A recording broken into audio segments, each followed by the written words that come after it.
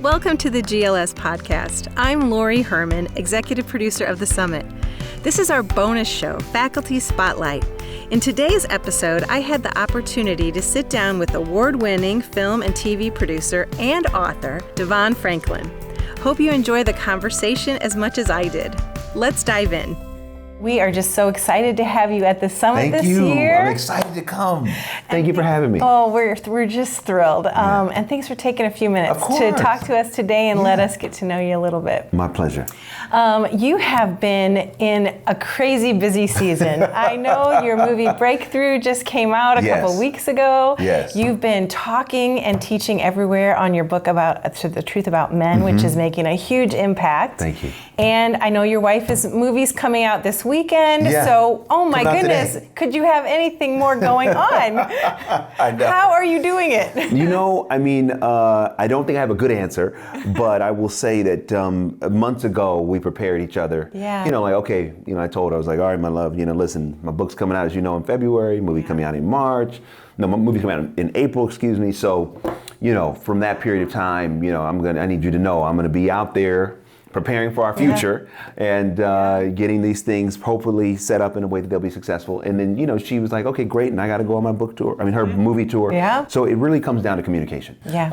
And then also we're going to be taking some vacation time at the end of this month to be able to reconnect and plug in and all that. Because, you know, when you're busy, it's hard to keep a balance. And so I think we had to throw balance out the window. And now that the projects are out, we got to reinstate that balance. Oh, good. Well, what do you do to relax? One of the things I do is I love to work out. So, you know, almost every morning I'm doing a boxing class or I go do another workout class here in LA. But I'm always, you know, that is what helps me do it.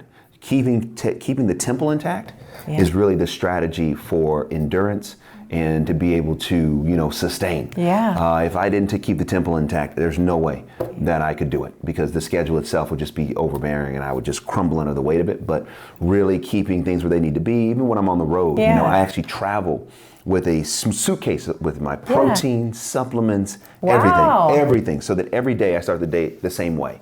And what that does is that even days I'm tired or days that I feel okay, it just gives me a foundation and a level set for health. And that really makes a big difference going forward. That's great. Yeah. I'm inspired. Well, one of the things I've really admired about you as I've gotten to know you, DeVon, and from reading your books and watching videos and watching things that you've taught on, you're very intentional in your life. And that is just one example of it. Exactly. And I know that you've had a vision for your life for a long time. Yeah. Like, where did that come from? Have you always been like that as a little kid? Or tell me about that. You know, I think where it came from, when I really, you know, go back, I think a lot of it has to do with being a middle child. Oh. You know, I'm the middle child of 3 boys. And I think that all middle children and any middle child watching will probably say this is true. You know, we always fight for our place. Oh, yeah. Because, you know, the older one, you know, they're the firstborn. All the attention. All the pictures when you were growing up. The middle one is like, oh, yeah, okay. We're kind of tired. Yeah. And then if there's another one, it's kind of like, well, we know that's going to be the last one. Yeah. And that's the baby.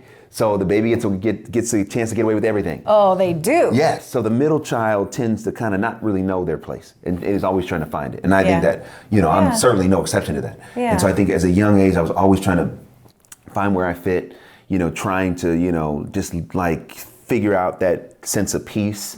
And so I think that produced a sense of intention early on of, you know, here's what I want to do. Here's why I want to do it. Here's what I'm determined to do.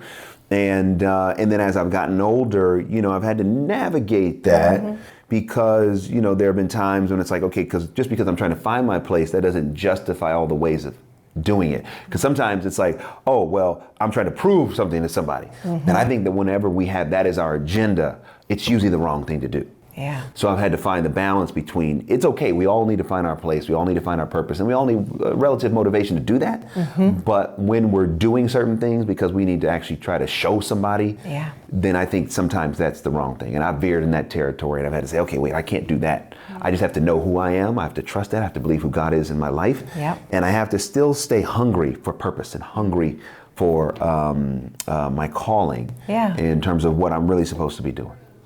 Can you articulate that? I'd love for people to hear what you think your calling is. Oh my Lord. I know my calling is to inspire and motivate the masses. And I know my calling is definitely entertainment, for sure. Because entertainment has given me an interesting platform for my voice that I otherwise would not have. However, I am not yet sure of my full calling. Yeah. I feel like it's continuously being revealed. So, years ago, would I have known that I would be here doing all the things I'm doing? Not exactly. Yeah. And so God, still has, withheld some things. Because I think sometimes if we know the whole picture, it can work in the opposite way. Yeah. Versus sometimes he can only give us a little bit to keep us focused so that, as he reveals his plan for our life, we can actually achieve it. So for me, the full calling, I know it's inspiration and motivation and entertainment, but what all that's going to look like, I don't know. But you're listening. Yes. And I think it's cool that you're just reaffirming it's a journey. Yes, it is. It's not necessarily you always know the right answer, right? It's taking a faithful step each day to figure it out. Totally. I mean, it's a total journey. And you have different seasons. Oh my where goodness! You're learning different things. Different seasons where we're learning different things. Different seasons where there's different paces. And I think that listening helps keep us nimble. Yeah. Because when we're used to a certain pace in a certain season, and then the season changes, if you bring that pace to that season, you're not going to be successful. Yeah. It's like, okay, there's harvest, for example. Okay, there's a time to seed the ground, and then there's a time to harvest. Yeah. The harvest time actually requires a different pace. It's actually a lot more work. The seeding is like, okay, great. We're gonna, we gotta just lay the ground. We put the seed in, we water. So, okay, cool. It doesn't require a tremendous amount of energy, right? But if you bring a harvest energy to a seed time, you're gonna disrupt the soil. Yeah. Because it doesn't need all that. Right. Right? Yeah. But if your pace is you bring a seeding pace to a harvest time, you're not going to be able to get the full harvest, because that harvest requires more energy, more focus, more activity. So to your point, we have to learn, okay, what season am I in? Yeah. And I learn by listening and by evaluating. Oh, okay. So like I just had a movie, you mentioned Breakthrough come out, and a book come out. So I understand, like, okay, got it. This has been my harvest season, right? Which is great.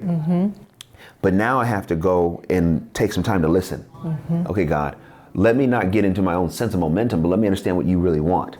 What are the next projects? What are the next things? And then, is there something different you want to do? Yeah. I don't want to get so locked into what I think I'm supposed to do that I miss what he wants me to do.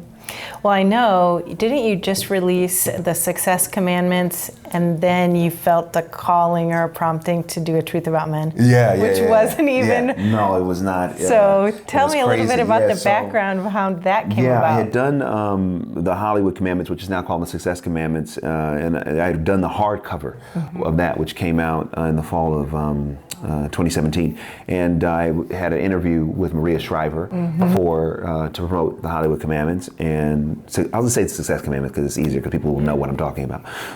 So I had an interview to promote the Success Commandments, and then at the end of the interview, we started talking about Harvey Weinstein and all the things that were going on with the Me Too movement. And then and she asked my perspective, and then just off the cuff, I told her about the concept for the Truth About Men book. Yeah. And I had no intention of writing it. It was just, here's my observation about what's going on with men, and here's what we can do about it. She said, oh, you got to write that book right now. I said, no, I'm not. I said, I'm not doing it. Just wrote one. I just wrote one. I'm good. She's like, no, you have to write it right now.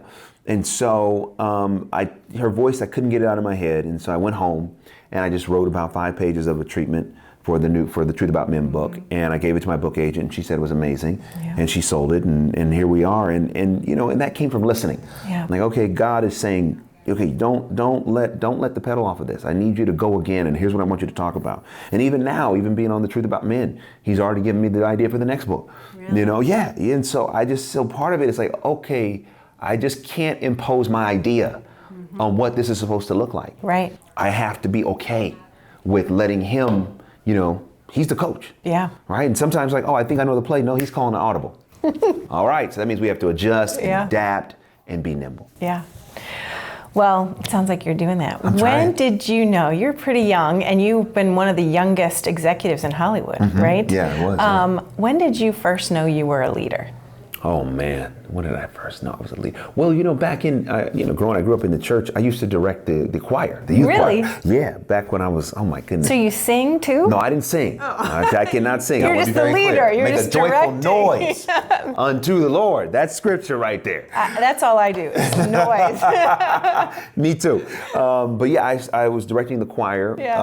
I think I had to be 11, 12 years old, something like that. Yeah. Directing the youth choir. Yeah. Unbelievable. Yeah. And so I think that's when I knew that I had leadership capability and people listened to me. And also at school, when I was in elementary school, I was like student body president and that kind of thing. It was just a natural thing, that people would gravitate to me, and I always had a point of view on stuff, and even my friends.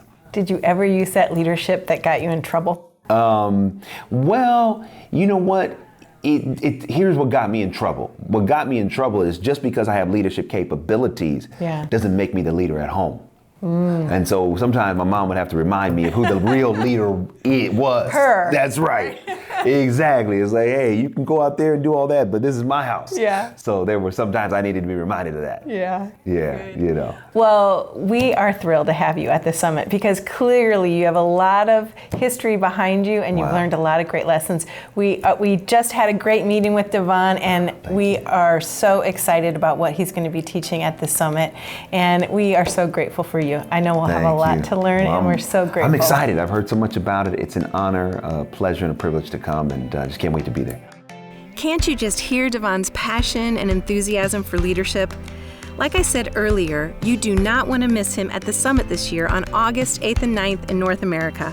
So for best rates, go right now to globalleadership.org/summit to register. Thanks for listening, and I'll see you at the summit.